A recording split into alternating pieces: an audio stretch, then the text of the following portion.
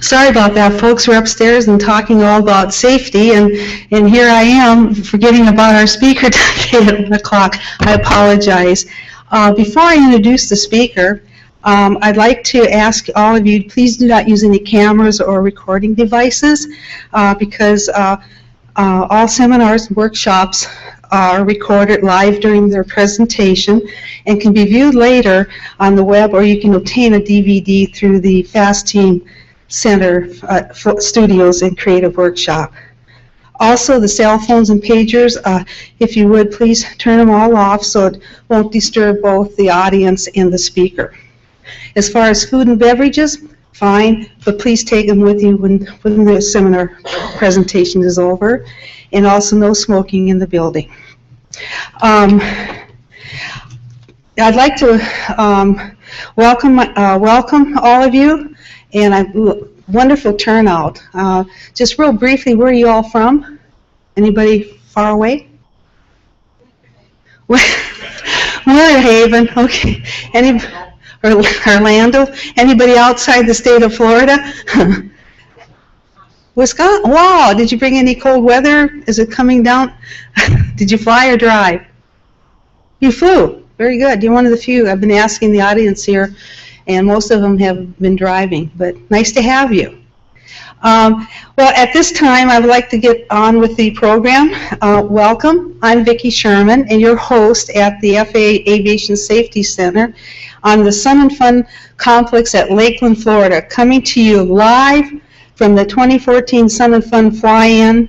For over 16 years, we have been bringing the aviation safety message to you via seminars, workshops, and videos using our aviation safety team representatives, which means our production crew is made up of almost entirely of volunteers giving their time to support aviation safety. After today's presentation, please take the time just to say thanks to our stage managers, floor, and camera crew for their time and efforts. Our next presenter holds a PhD in Applied Experimental and Human Factors Physiology from the University of Central Florida in Orlando, and an MS in Industrial and Systems Engineering from the Ohio State University. Her BA was also earned from the Ohio State University in Pre-Medicine and Physiology. In addition, she holds an airline transfer pilot certificate, is a former Boeing 767 captain and a crew resource management instructor, and holds an active airframe and power plant inspector authorization, flight instructor, and designated pilot examiner, and so many other areas that it would use up all her time just listing them. But most of all, she is the most down-to-earth person, passionate about aviation, and a gifted mentor. Let's welcome Dr. Janeen Kochan. Thank you, Ms. Vicki. You're very welcome, Janeen. Thank you so much. Let me turn on my... Thank you. I appreciate it. And welcome all. Welcome all of you here live at the FAA Safety Center. Welcome to all of you that are out in cyberspace. I hope you've been able to tune in live. And welcome to all of you that have run into this video while you were Googling my name because you have been assigned a Checkride with me. Okay. And I know that's probably happened, but however you've come across this video in the future, I hope that you will find some good, useful safety information. And I've already talked to the camera crew here from that are here as volunteers, and they've told me that I'm going to be walking around, so I'm going to be challenging them a little bit, but I can't see be on the podium very well. And this right here is, if any of you have taken a practical test with me, know this little piece of paper. And I have my Airbus pen, and you'll know that this is the sum total of the Checkride. It goes in my pocket here, and this is the Checkride. So I have my paper here, and I also have some notes on it. And one thing I would like to share is, speaking of Googling your pilot examiner to find out what the gouge is, I had to laugh. It was probably, oh heavens, over 6-7 years ago that one of my applicants came in, and she was taking an instrument check ride with me, and we sat down and she started talking, we were having a discussion, and she started using terminology that I had used in some of my research, and I thought, well, this isn't typical. And I finally stopped and I said, Julie, where did you get all of this? And she kind of smiled and she goes, oh, well, I Googled you. And that was a good education for me, because I had never really bothered to Google myself and find out what the gouge was. So we know that things are quite a bit different today, so those of you that have Googled up and found this video, I appreciate it very, very much. So the topic of today is behind the scenes of a check ride. And I've got the term check ride in quotes on purpose. And that's the little reminder right off the bat to talk a little bit about terminology. And we all call it a check ride. Some people still call it a flight check. And however, in the US, it is formally known to be formal as a practical test. And this is going to become a little bit significant later. However, the biggest point is not what we call it, but that we understand what its purpose and what its intent is.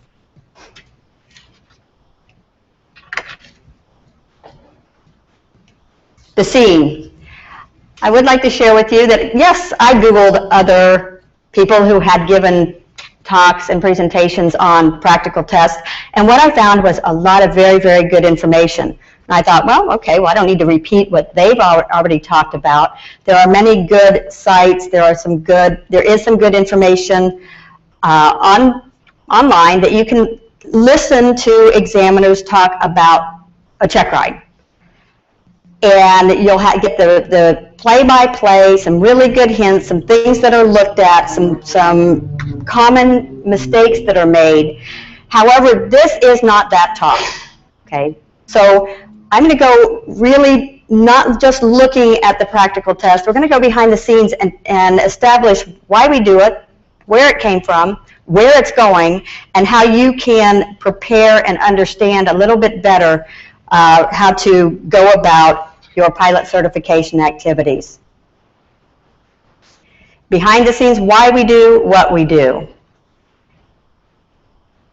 From the research community, and I promise I'm not going to get into a whole bunch of aviation safety research, but from the research community, what we have seen with today's pilots, not yesterday's pilots, not tomorrow's pilots, but today's pilots, are some areas that are causing concern. And they fall into these 4 large groups: basic aircraft control, automation management, conceptual knowledge, and information management. I'm going to go through these. You're saying, what in the world does that have to do with a practical test? With my check ride, I want to take my private pilot, my instrument check ride, or my air transport pilot check ride, and I just want to know the gouge. Well, let's take a look at what the topics are and where the gouge comes from. So we'll start with basic aircraft control. An area that has caused concern not only in the general aviation population, but almost more so in the air carrier area. The reason I bring this up is very important, and I was talking at the World Airline Training Conference yesterday to the air carrier side of things, and basically what we need to understand is our air carrier, our commercial pilots tomorrow are coming from the general aviation ranks today. In addition, pilots that don't care to become commercial pilots or fly for the airlines, they just want to fly, like you and I primarily, we still have a problem with basic aircraft control. And you're going to see how this interacts with your practical test. The second area, and we're going to go into some detail about automation management. Well, you're saying, well, I'm not even going to even ask, but generally the automated functions in your airplanes today are as sophisticated as any airliner out there. And what we don't do in our industry very well is train and evaluate your abilities to manage your automation. And the automation is winning. The autopilots have killed a whole lot more pilots than pilots have killed autopilots. As we've seen through the years, we've gone through traditional cockpits all the way up through glass cockpits that once again are more sophisticated than some of the airliners. Now here's a little bit of mumbo jumbo. I always have to throw some mumbo jumbo in here, but this is extremely important. And in the training world and in the evaluation world, we talk a lot about these levels. We talk about levels of learning. We talk about at what level should a learner or an applicant or a pilot understand the knowledge. And we've got these terms that every flight instructor should know, has probably been practicing talking about, but how do we apply these different types of knowledges? Rote, understanding, application, and correlation. Not anywhere in this list do we have the word conceptual.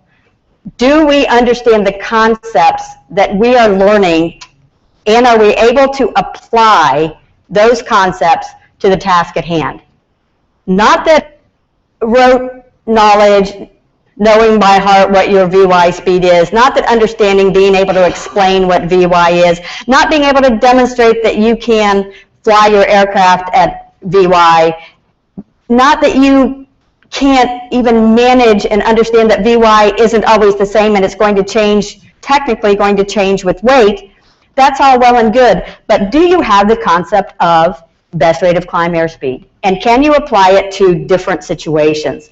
The concept, and we get away from it, we get so down in the weeds and that we sometimes get away from that conceptual knowledge understanding. Then, this is the absolute most important topic for anybody in any realm of life today, but particularly in the aviation industry, information management. We need to learn how to, and that includes all of us, we need to learn how to identify valid and reliable resources. Valid and reliable, if any of my research methods students are online, I welcome. I'm glad you're here. I told you we were going to talk about research methods in this talk. We're looking at valid and reliable information. Is it accurate? Is it repeatable? Is it good, or did somebody just either make a mistake or just put something out there that isn't quite right? We also have to have the ability to access and manage all the resources, whether it's on the ground pre-flighting or in your airplane. And we're going to talk about managing those resources in your airplane because that is an area that we evaluate. We evaluate it now, but wait till you see the new airman certification standards. We're going to be evaluating it quite a bit more than we ever did before. And we're also looking at that you can apply and demonstrate the information that you have. And one of the most important things about information management is knowing when you know and when you don't know. And this is an interesting concept because that ability to determine what you know and don't know happens to be one of the main features of an expert in any domain. Okay? You not only know what you know what you don't know. So this information management in the age of we have information at our fingertips any time of day or night, any place that we happen to be, may not be helping us as much as we think it is. Okay, so these are the four main topics. So we're going to do a practical test walkthrough. But before we do that, I'm going to go in and talk a little bit about where the practical test came from. And this is one of my favorite things. So that's why I've got to step out here. Sorry, guys. You're going to have to move your cameras. This is the Digest of Civil Air Regulations for Pilots, 1941. Now, think about the airplanes they were flying back then. And let's talk a little bit about the private pilot certificate. To be eligible for a private pilot certificate, an applicant shall comply with the following requirements. Well, they had to take a written, they had to have at least 35 hours of solo flight time, which 5 of them had to be within the previous 60 days. Oh, it gets better. An applicant shall satisfactorily demonstrate his ability to pilot aircraft in solo flight, and in addition to normal takeoffs, turns, and landings, you must do this. From an altitude not to exceed 1,000 feet with engine throttled, 180-degree turn and a landing in a normal landing attitude, the wheels touching the ground beyond and within 300 feet of a line or point designated by the examining inspector. Did I say this is a private pilot applicant? Gets better. A series of 3 shallow and 3 steep figure 8 turns and 1 720-degree steep power turn in each direction. During these maneuvers, the pilot shall not gain or lose more than 200 feet of altitude. Okay, the steep turn defined. A right hand and a left hand spin, each of at least 1 full turn. Shall I go on? Anybody ready to take a private pilot check ride from 1941 in a Cub or a Stearman? I'm still working on it. I've got my instructor here, and I'm still preparing for my private pilot check ride from 1941. Okay, and close your mouths now. It's okay. So when we say that our training and our checking hasn't changed very much, it really has changed, and I'm not so sure that it's changed in the correct direction. Remember that basic aircraft control? If we were required to be able to demonstrate these skills from 1941, things might be a little bit different. But then let's go to the practical test of today. And this is where we get into some of our information management and automation management, for that matter.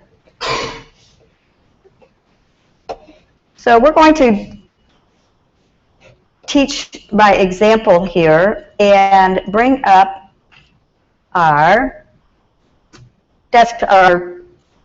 Internet Explorer.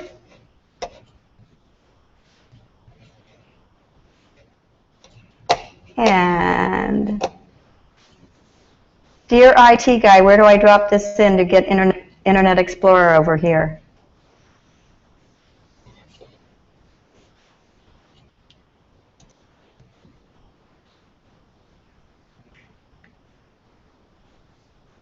Okay. IT guys up there. Can we bring up Internet Explorer on the screen?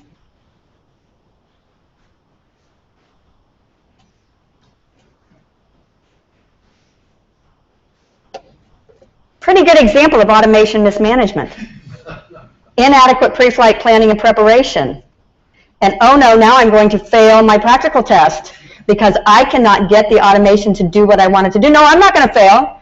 I'm going to abandon this item that I don't absolutely and positively need at this point in time because I can talk all day long and I don't need to bring up Google.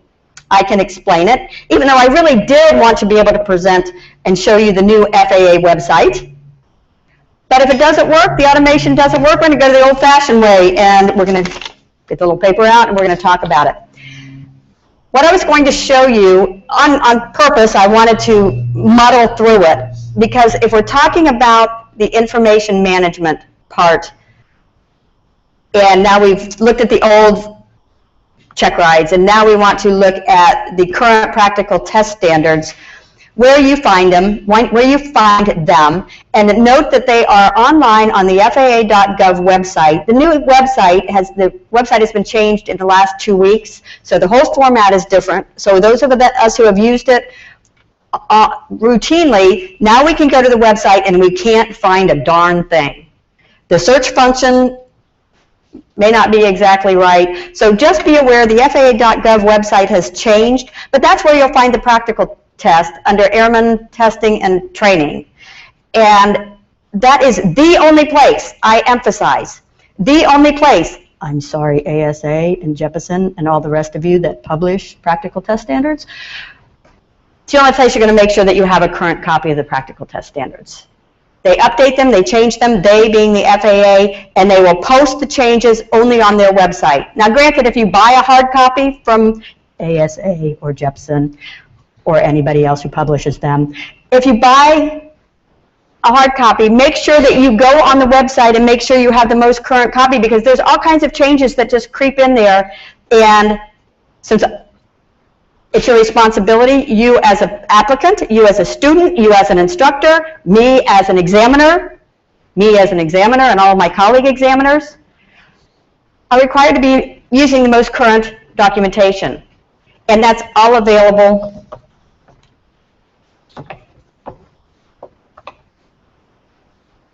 right here. So this is where I get the practical test standards when I'm preparing for your practical test, when I'm preparing to give you your check ride. Okay. A little bit more behind the scenes. I want you to take some notes. Oh, that's right, we don't take notes today, we just Google. Just a little thing about note-taking. I was having a discussion about it earlier. You might think this is off the wall, but it's not. Some of the most brilliant people that I know, both scientists and pilots, always have their little journal, notebook with them, and they're taking notes. Dr. Udit Burki-Cohen is a scientist for the Volpe organization that does lots and lots of human factors research in aviation. She will not be found without her journal. And every meeting she's at, she's writing away. And some pilots will sit in a briefing and they'll take notes. And some pilots, after a practical test, after a check ride, and we're sitting there and we're debriefing, which is a required briefing for a practical test, they will sit there and just listen. And maybe sometimes there's something there that you might want to jot down. Whether you do it electronically on your iPad, do it on your journal, or like me, write it on the practical test paper that I've taken in the airplane with me with my Airbus pen. Interesting thing about taking notes. But anyway, back to the notes. Take a note. There is a document that is online. It's an FAA order. It's order 8900.2. But you need to Google FSIMS 8900.2, and if I were up live, I would be showing you exactly how to do that, or bumbling through it. That is the order that gives the guidance. It's public domain. I'm not giving anything away. That is the order that gives the guidance to the examiners as to how to conduct your practical test. Now, why would anybody come to a practical test with not all the gauge necessary, or all the gauge that they could get about the intent and about the procedure of a practical test? Okay? So it's there, and it talks all about, these are the parameters. These are the briefings that need to be given. The examiner will prepare something called a plan of action. What is a plan of action, you ask? It is an outline of the activities that are going to be conducted during our time with you. And so my plan of actions are here, but they're customized. Depending on what cross-country flight you were given, depending on what simulated scenarios you are going to get in flight, that will dictate the ground briefing. If you're taking an instrument practical test, and you know you're going to have to fly 3 approaches, have at it. They're all the same to me as long as we comply with what approaches are required per the practical test standards. However, you will get a different scenario incorporated in each one of those approaches. You will get simulated weather from me. And that's what we put, what examiners and inspectors that conduct practical tests put in their plan of action. Okay? So now we've pulled up the practical test standards current. Now we've prepared our plan of action for your practical test. You guys have already looked at order 8900.2. There's also information just for so you know on 8900.1. And we're now, from my side, pretty well prepared for the practical test.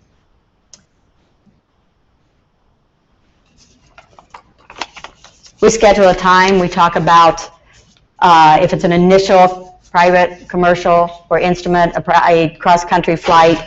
I give a briefing when I schedule a practical test, and we meet, and you come in, and the first thing we do is the paperwork.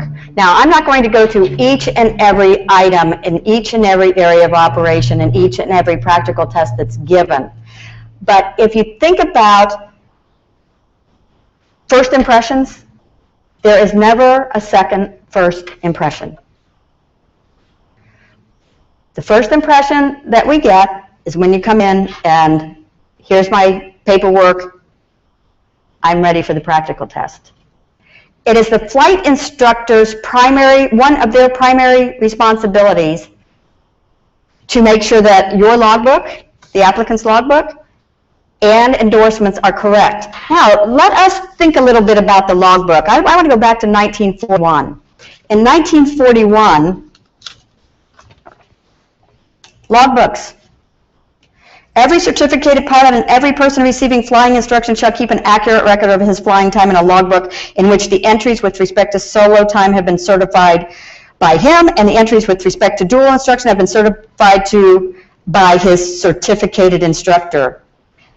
Logbooks must be bound records and the entities must be accurate, legible in ink or indelible pen and so arranged as to facilitate easy reference thereto. The logbook must contain the date of the flight, the make and model of the aircraft flown, its type, weight, and engine classification, aircraft identification, a statement of solo dual instruction, instrument and night flying, the duration of the flight, the points between which such flight was made. In addition, when any flight results in serious damage to the aircraft, a notation to this effect. Okay, let's leave the last part out. But here, if we're logging the type of airplane, the weight of the airplane, and the power plant,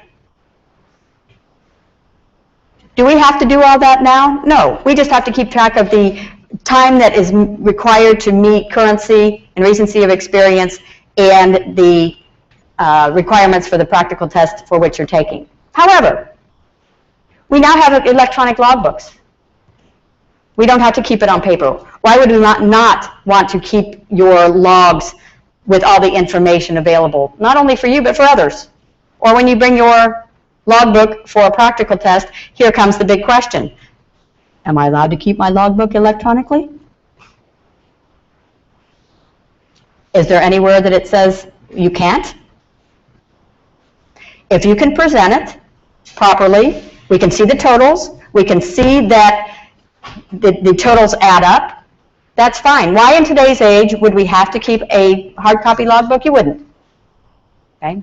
You can also, if for whatever reason somebody needs a hard copy, you could always print it out. Okay? So am I happy for electronic devices? Absolutely. Okay? But we still have to comply with what is the information that's necessary. So then you come and we now do the application on 8710s electronically. Some of the things that we see that are missing or incorrect on applications over and over and over again, just are due to inattentiveness. I'm not going to go over the details, but it's inattentiveness. So the first thing we see is attention to detail. Okay. So we're looking at the concept and do we apply that skill of being detailed oriented. The first impression, that's your paperwork. I mean, we could talk about being on time. If you're going to be late, text or call. At least advise. It's aviation, for heaven's sakes. Okay? I will do the same. Okay. Then let's say you are eligible for the practical test that you came from. Okay. We are required to announce, once your eligibility has been established, we're required to announce in some form or fashion that the test has begun. Now, for all of you with test anxiety, that's not going to be exactly the verbiage you want to hear. But essentially, that concept must be conveyed that now the evaluation part, you've established your eligibility, now the evaluation part starts. We're required to give briefings. And this is what sets the stage. And for those of you who have been with me, you probably know this by heart almost as much as I do. But the pre-test briefing sets the stage. And I will come right out and I'll say, got a briefing for you before we get started. First of all, I come to each and every practical test expecting to issue the applicant the certificate for which they've applied. So today I come expecting to issue your private pilot airplane single engine land airman certificate. We call them certificates in the U.S., the rest of the world calls them licenses. We don't want to get into that discussion, but I will try to use the proper terminology. And I go on to say, what I expect from you is to fly the way that you've been taught, but most importantly, what I'm here to observe is you, Jennifer, flying your Skycatcher safely at the private pilot level in the Central Florida airspace. I am an observer. I am also technically, for a private pilot, unless they already hold a sport pilot certificate, your first passenger. I'm already giving you hints about some of the things that I'm going to expect. I am your first passenger. That should click in, oh yes, don't forget the passenger briefing. Okay. There are 3 possible outcomes to this activity. The first is what I expect. I set the expectations that you are going to pass. That is my expectation. I am coming there hoping to will you into performing to the practical test standards. Okay. So, what I expect, there are 3 possible outcomes to this activity. The first is what I expect. The second is that if at any time you, the aircraft, or the weather, does that start sounding like the PAVE checklist to you? If at any time you, the aircraft, or the weather are such that you choose to discontinue the activity, you have that opportunity. If at any time you do so, we simply schedule to finish up when you, the weather, or the airplane are better. The third possible outcome is one that I never expect. Otherwise, you wouldn't have been signed off by your instructor. And that's that I would issue a notice of disapproval. And we're very specific to say, for that to happen, you have to, number 1, fly outside the parameters of the practical test standards, and now we're making sure that you have been trained using the practical test standards and that they were current. So I kind of look around to see if you have your ASA copy of the practical test standards, or I'll say, well, do you use the electronic version? And I confirm that you have been trained under the practical test standards. But for me to issue a notice of disapproval, or any examiner to issue a notice of disapproval, you have to fly outside the parameters of practical test standards. And or consistently make poor or questionable decisions. You mean to tell me I can fail a practical test on poor decision making? I don't even think that should be a question. And or not be able to demonstrate good pre-flight preparation and planning. Why is that such a special emphasis item? Because if you read in the Aeronautical Information Manual under safety of flight, the accident causal factors, number 1 on that list, and read the NTSB reports until you're blue in the face, and they will always, very, very often include inadequate pre-flight preparation and planning. I know there is no regulation that says it's against regulations to run out of fuel. I know there's no reg. But inadequate pre-flight preparation and planning can cause you to fail a practical test. It's that important. So during this briefing, let's say now I get the blank stare and somebody doesn't even know what I'm talking about when I say the practical test standards. Yes, it happens. The test has already begun. Form your own conclusion. Dear flight instructors, don't do that to your students. Now we're talking about inadequate pre-flight preparation and planning, and we have an airline transport pilot applicant that has never done a weight and balance or the performance charts for Duchess. How did you fly your airplane? Okay, so these criteria of being issued a notice of disapproval are no secret. Okay? So I go back to saying, any questions about the 3 possible outcomes? So, as I said, what I expect is that this will be a successful practical test. Any questions? No. Okay, well, you prepared me a flight from Winter Haven to Naples. I always like to go to Naples because there's really good barbecue down there. So let's go to Naples. Your move, I'm quiet, you're going to brief me on the flight. Oh, this is the best part. So you've, sometimes, oh, you turn me down. Sometimes the iPad is not even out. Sometimes it is. And that was pretty much in the old days, because now I brief. Real life, we are real life. We are next gen. We are not then gen. However you choose to conduct your pre-flight preparation and planning is what we want to see. At least what I want to see. I can't speak for my colleagues, but colleagues, maybe we should discuss it. But if you bring me a handwritten, penciled in flight plan and a sectional chart, and you've taken your DUATs or DUAT or flightplan.com or ForeFlight or WingX or Jeppesen numbers, and you've plugged them in there, are you going to use that sheet? Do you really use that sheet? Did you use it for your cross countries? Are you going to use it tomorrow after you obtain your private instrument, commercial, or ATP certificate? Are you? Then don't show it to me. Why don't you take advantage of being evaluated for how you're really going to fly? This is next gen. I know we're 30 years behind in our training. We are 30 years behind the technology. It is time for us to catch up. I want to see what you're really going to do. Because then we'll be able to identify the errors and the problem areas that real pilots in the real world, in real airplanes, are having. Okay? It is time for us to make sure that all of us are keeping up with the program, keeping up with the technology, and moving it to where it needs to be, because next gen is coming. Okay? So, if you use an electronic device, make sure you know the electronic device. Remember that automation management, that information management? You need to know everything there is about ForeFlight, WingX, Jeppesen, or whatever flight planning program you use. You need to know where the numbers come from. If you put your winds aloft in there and it says 324 at 14 knots, you did not get that from the winds aloft forecast. You got that from the algorithm and the calculated winds above some airport. That's not what you use for flight planning, is it?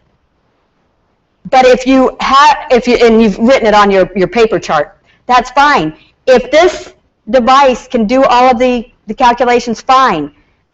But you better have conceptual knowledge of where that information comes from, the problem areas from the electronic devices, what they do well and what they don't do so well.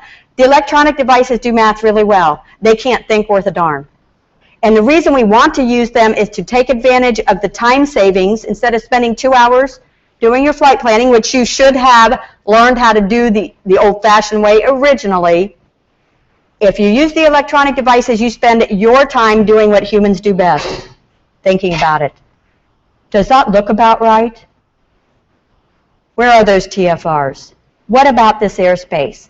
Well, what about the airspace? If you've got airspace on your map, on your electronic device, and I say, well, what about that airspace? What is it? Oh, what's an MOA? Well, are we going to be going through it? You need to know how to figure out what the altitude limits of that MOA are. Whether you click on it and you get it's right there, or you know how to get to the legend for your charts. We are in transition. But those of you who are taking practical tests now are going to be in the electronic age. We already are now. So why should we pretend that it isn't that way? Okay, so you get through the flight planning, everything looks good. Let's go to another big topic, the flight planning, the automation management. Once we talk through all of the areas of operation and the practical test standards, and oh, by the way, I highly suggest never going to a practical test unless you are very familiar with the contents from front to back of the practical test standards. But no, wait, there's more, and I'm going to talk to you about what's coming. But for now, the practical test standards. We go out to the airplane. You've showed me, you've demonstrated the airworthiness documents that are required for your airplane. It says in the front of the practical test standards that you're supposed to have those documents available for the examiner. So hopefully you've looked through those. Who's the authority for determining whether the aircraft is airworthy? Who makes the determination whether that airplane is flown? PIC. The PIC. Who's PIC on a practical test? In almost all instances, that would be the applicant. and that will be voiced, and that will be stated. There are very few situations, and it's not unheard of, that the examiner would be pilot in command if they so choose. However, in most cases, the applicant is pilot in command. It's your choice. Even if I am acting as pilot in command for whatever reason, it is your determination of whether that aircraft is airworthy and safe for flight. Two things, airworthy and safe for flight, which means during your training, instructors, you want to make sure that your students know how to determine that, not only from a paperwork standpoint, but also from a pre-flight standpoint. The conceptual knowledge, you can tell me A tomato flames all day long, that's fine. Know what A tomato flame stands for and how you look at the airplane and make sure that all of those items work. And if they don't work, what do you do? Okay. And if the question is asked of you, you've got an oil leak dripping down on your wheel fairing, on your nose gear, on your Cessna, and it's dripping. I mean, there's a little stream of oil down on the wheel fairing, and you look at it. Nothing said. Let's just say your examiner says, well, what about that oil leak? There's generally one of two answers. Either it's always been that way, or it's not that bad. So if it's always been that way, the next question is, well, is that right? And if the answer is, well, it's not that bad, then the question is, how bad is that bad? Okay. Now, something kind of interesting happened there. We all have planned continuation bias. We all want to get it done. We want to get the check right. And I say we, all of us. You, the applicant, the examiner, the instructor, the flight school, anybody else involved in it, we want to get this done. Okay? You younger people, your parents want to see this done. Okay? So, it's your determination. How bad is that bad? Maybe have it looked at. Make a decision. But if the culture has been established that it's either always been that way or it's not that bad, and we aren't looking into things that perhaps might not be right, yes, sure, somebody might have filled the oil and gotten it all over the engine. Imagine that. However, wouldn't you want to know that that's where that oil is coming from? The hydraulic leak on the belly of the airplane, on a retractable gear airplane. Sometimes that can be a symptom of something that's really not want to be involved in, okay? Remember the old 1941? We don't want to have to put in our logbooks we, had some damage on the airplane, okay? The conceptual knowledge, the idea of a pre-flight planning and preparation. Checklists. Checklists. If you don't walk around your airplane with your checklist, you usually do a pre-flight and use your checklist to check that you did things, not a do list. That is fine. Don't get out a checklist, one, that you're not familiar with, or two, that you don't ever use, and try to pretend that you use a checklist when you do your pre-flight. If that's not your habit pattern, don't do it. You need to be evaluated on what you're doing and your instructors. We might want to start from the beginning and make sure that this pre-flight preparation and these pre-flight actions are done in accordance with the checklist, but it doesn't mean you have to you use it as a do list. Just as a note, most general aviation or training airplanes, you're going to have to check the oil and check the fuel. There's nothing wrong with checking the oil and checking the fuel first, especially if you need fuel, and that way you don't have your fuel sump with you as you walk around the airplane.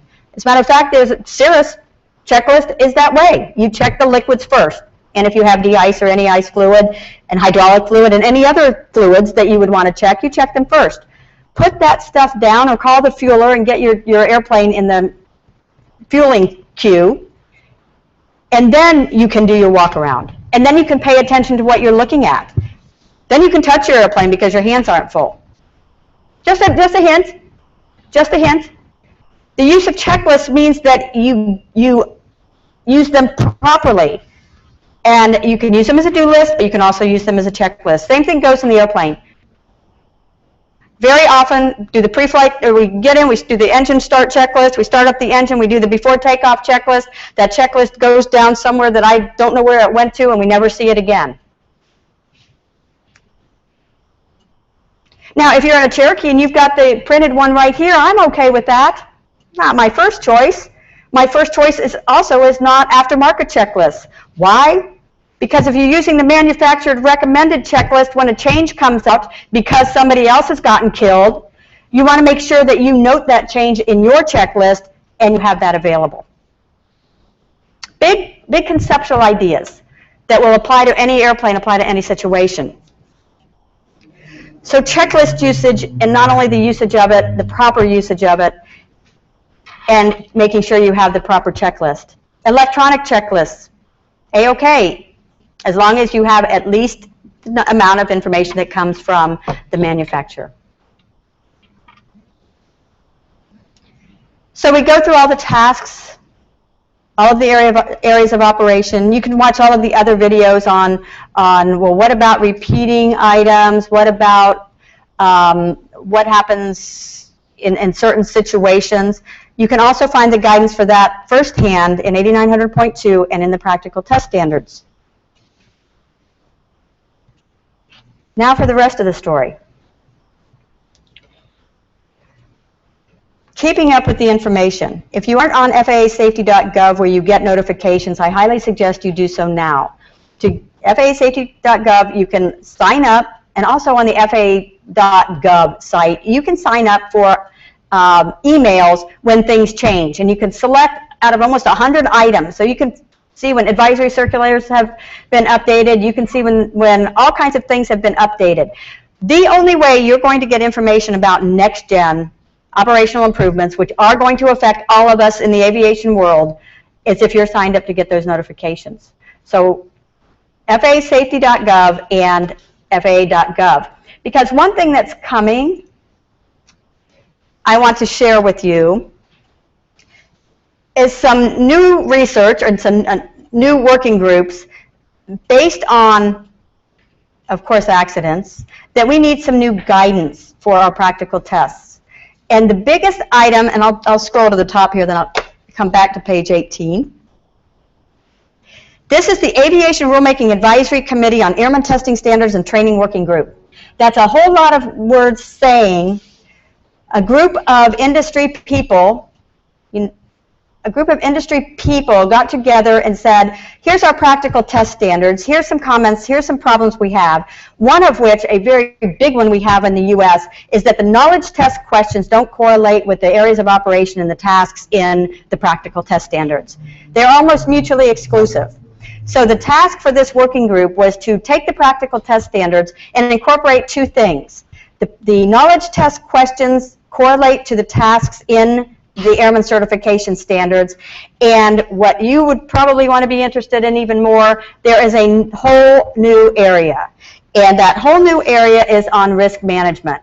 We talked and talked and talked for the last 30 years about aeronautical decision making and single pilot resource management and situation awareness and risk management and all these terms, and even though we could probably call this area something else, it has been chosen to be called risk management. So not only are you going to be evaluated on your technical skills from the practical test standards, you are also, I'll just pull up this one task, diversion, you are also going to be evaluated on risk management skills. And they will be in your Airman Certification Standards. So we're going to still have your objective, the knowledge that you should have, and these knowledge areas are correlated to a knowledge test question. So the bottom line is it should be more cohesive, it should be clearer as to what you are expected to know and demonstrate, but we've added the area of risk management. That is not to say that we haven't been evaluating it. However, if we've been doing such a good job training it and evaluating it, we wouldn't have pilots still doing things that are strictly risk management based. Losing control of their airplanes, mismanaging their automation, running out of fuel, inadequate pre-flight preparation and planning, those sorts of things. So the applicant applies risk identification, assessment, and mitigation principles too. Any of you in the safety management system and operational risk management class listening? This would be a good thing for you to think about. We're going to evaluate it. We're going to teach it. We teach it at Polk State College. We teach it at Embry-Riddle. Did you select a good diversion airport? Did you make that decision timely? And all of these features in this risk management section are based on research. Why do pilots get themselves in a bad way? So we took the research, we backfed it into these airman certification standards, and are offering it to you, the students, the applicants, the instructors, the evaluators, to use as guidance for preparation in learning how to fly. When are they coming out? Good question. What happens is the second phase of development is in process now. These come out to the public. We had comments, hundreds of comments from aviation professionals about these. They will be revised and hopefully be made usable and useful. But that doesn't take away the idea of conceptual knowledge. It doesn't take away the idea of basic flying skills.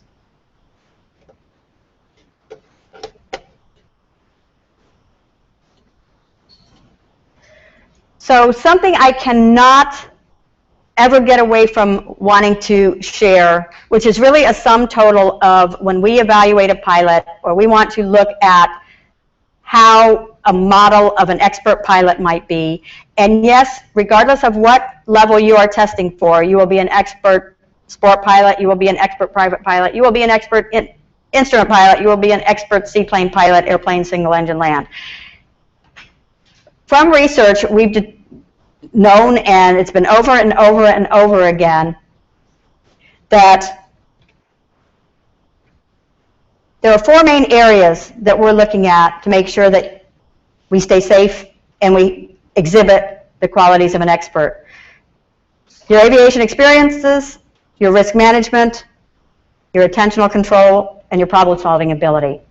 Concepts that can be applied to any area of operation, any task in the new Airman Certification Standards.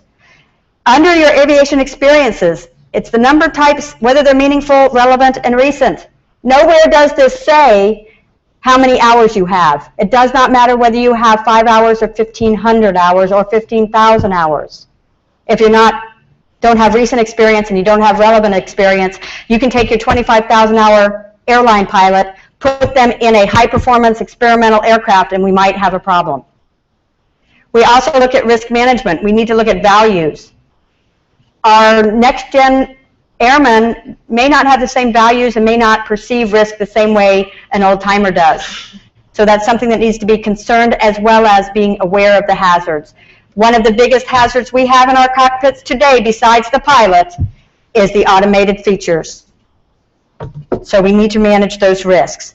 On the attentional control, we have to be motivated. A quick reference, Daniel Kahneman, Thinking, Fast and Slow, is a book that talks all about human attentional control. It's fascinating. We need to be motivated to pay attention.